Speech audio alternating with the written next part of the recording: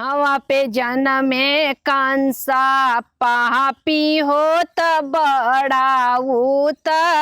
पाती होत बड़ा ऊत पाती न हो बहिनी कहवा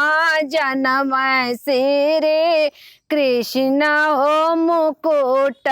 सिर सोहाय हो मुकुट सिर सोहला हो बहिनी कहवा पे जन्म श्री कृष्ण हो मुकुट सिर शोभय हो मुकुट सिर शोभेला हो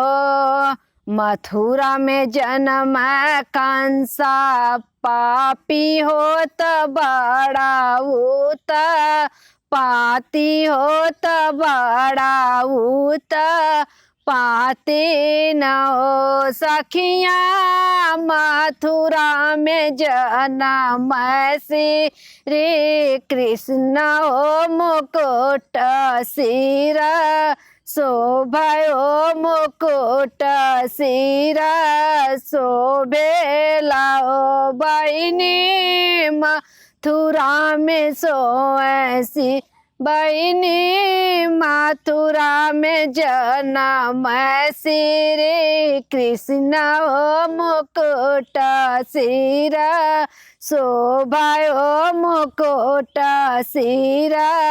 शोभन हो काऊ जे खाई है कंसा पापी होत बड़ा ऊत पाती होत बड़ा ऊत पाती न हो बहिनी काऊ जे कहिया श्री कृष्ण ओस मुकुट सिर शोभय हो मुकुट सिर शोभेला हो बहिनी काऊ जे खाई है श्री कृष्ण हो मुकुट सिर शोभय हो मुकुट सिर शोभेला हो 56 भोजन कंसा पापी होत बड़ा ऊत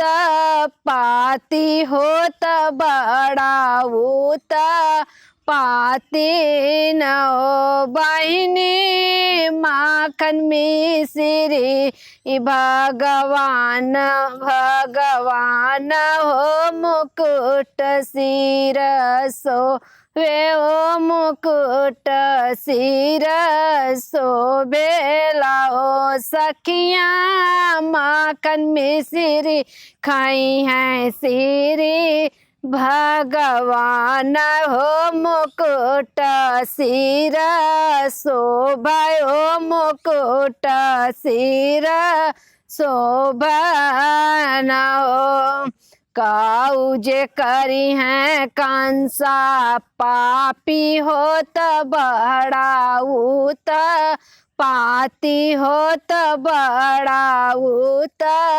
पाती न हो बहिनी काऊ जे करिए श्री कृष्ण हो मुकुट सिर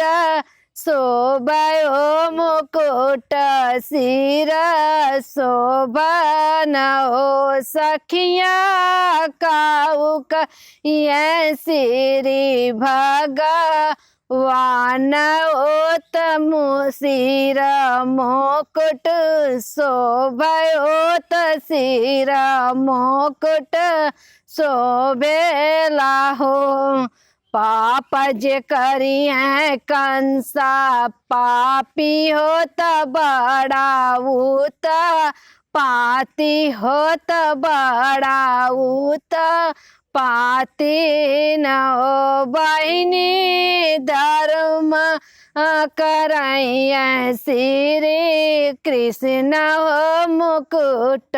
सिर शोभय हो मुकुट सिर शोभन हो सखियाँ सृष्टि रचैया भगवान हो मुकुट सिरा शोभयो मुकुट सिरा शोभेला हो।